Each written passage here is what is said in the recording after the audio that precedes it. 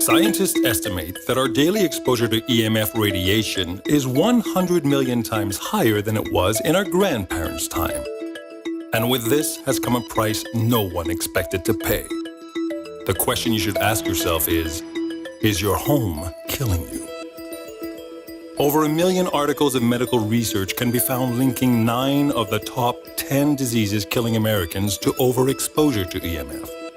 According to Dr. Joseph Mercola, new scientific evidence is continually emerging that nearly all the 20th century human plagues can be tied to some aspect of our use of electricity, including acute lymphoblastic leukemia in children, brain tumors, malignant melanoma, asthma, cardiovascular disease, immune system dysfunction, hormone disturbance, brittle diabetes, sleep disorders, headaches, Alzheimer's disease, and ADHD. And this is just a partial list. Dr. Magda Havas, Ph.D. from Environmental and Resource Studies of Trent University, also says that over 35% of the U.S. population may be affected by overexposure to EMFs. The most vulnerable to microwave radiation and EMFs are women, children, and at-risk adults with existing conditions. Troubling studies are reporting that children living in homes with elevated electromagnetic fields are at risk of developing leukemia. The rise of autism cases is as much alarming. In 1950, the incidence of autism in children in the United States was 4 in every 10,000 children. In 1975, this number was 5 in every 10,000. By 2009, it had shot up to 120 cases of autism per 10,000 children, with numbers rising every year. There has been a dramatic increase of unexplained diseases and disorders since the 1980s in the U.S. The culprit is EMF, or electromagnetic fields. EMF can be measured in levels of radiation and are emitted by all electrical devices and devices that emit radio waves, even when they are turned off. Remember, you are an electrical being. At the cellular level, your cell membrane receptors recognize electromagnetic fields at very low levels of exposure. In 2011, an agency of the World Health Organization classified radio wave electromagnetic fields as possibly carcinogenic. The Environmental Protection Agency, EPA, is reporting that 6 out of 10 homes are sick due to air and radiation pollution that includes greenhouse gas and EMF emitted from an aging electrical system, the increased number of wireless devices and appliances. This creates an e-smog in and around our homes. Let us listen to the personal story of Dr. Rhoda Alale, who has served on advisory panels for the last 5 presidents of the United States. I went to Ohio, brought this house. I'm getting it ready for my sons to come home. And from the day I brought that house and the first night I stayed in that house, I started getting sick. So he says, Mom, I'm coming home for my 3-week holiday. I said, okay, I got your room already with this safari African theme in there, so I'm sure you'll enjoy it. And he came in the house, and happy-go-lucky kid, 7 foot, almost 300 pounds, this superstar on this martial arts team.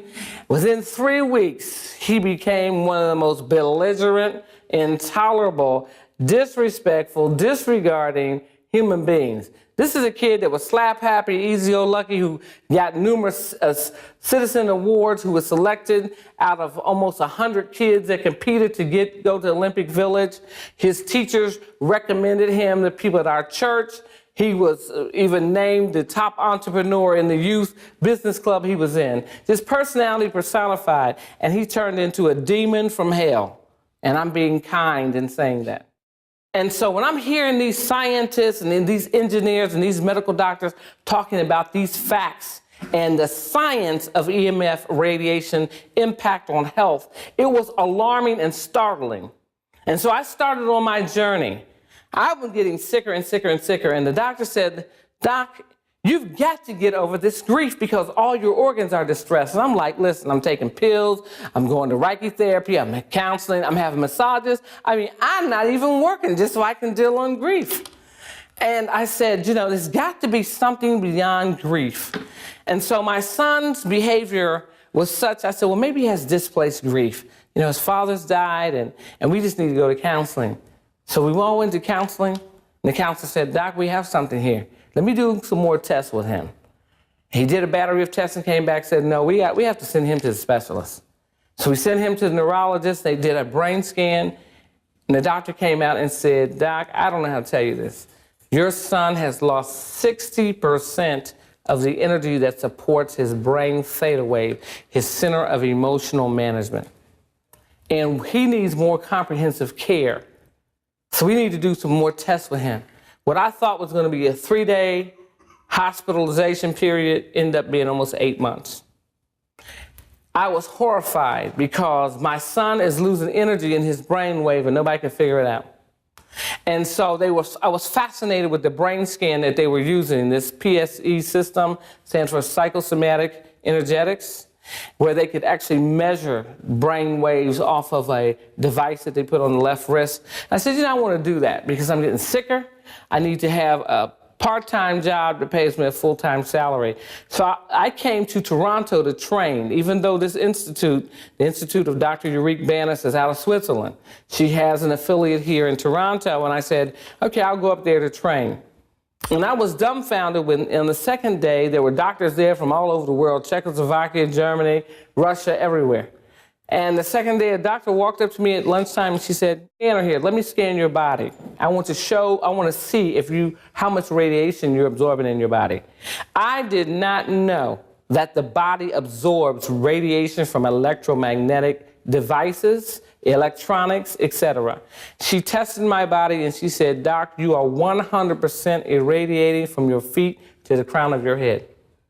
She said, you must get the radiation checked in your house. And she was so alarming and so affirming that when I went home, I called one of my colleagues who was a medical doctor, an emergency room doctor, and I said, listen, I got to find me an engineer that deals with health physics in the house, and I got to find them now. They came to my house, said, sit down, Doc. They took meters and went to every single electrical socket. They mapped out the radiation inductance and interference from the basement to the 3rd floor. And then they said to me, we don't know how you are alive. This house is converging with over 7,000 times the amount of radiation that you should be exposed to. I'm like, you have got to be kidding me. You were telling me that something in the walls that's invisible is taking me out and causing all this distress in my body and my son's brain injury? They said, that's exactly what we're telling you. And they picked up the phone and called Texas. They said, you need capacitors, electromagnetic radiation filters in your home.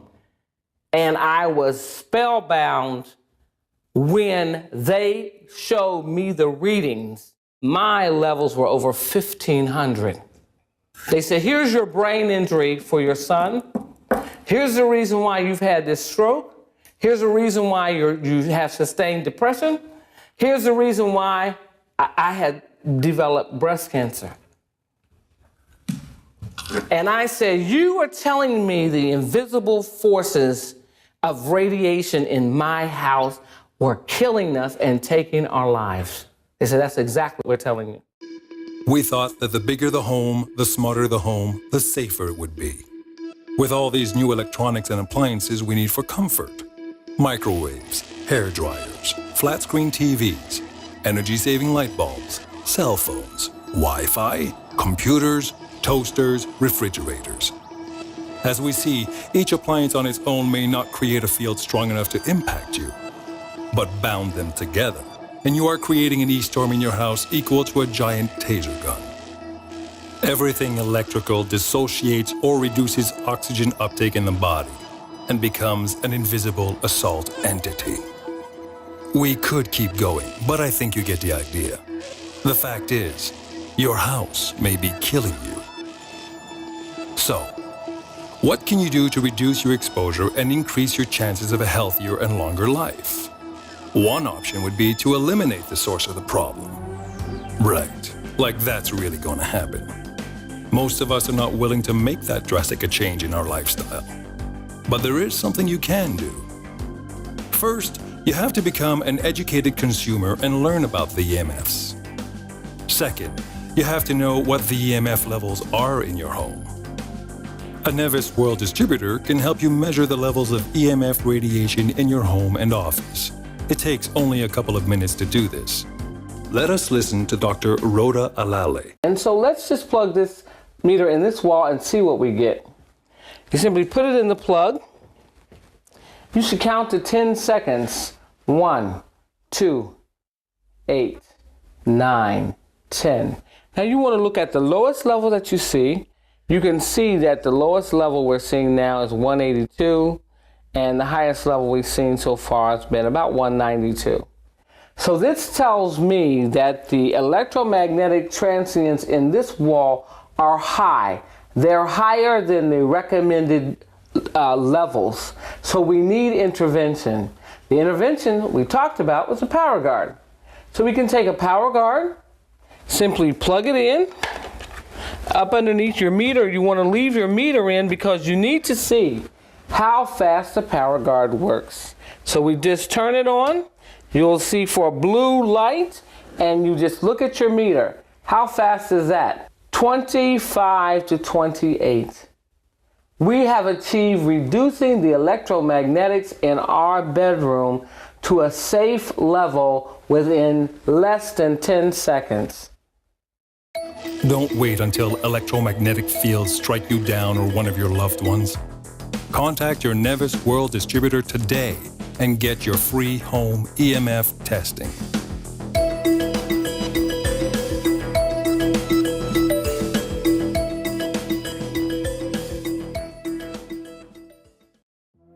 And the third thing you're going to do is continue your education.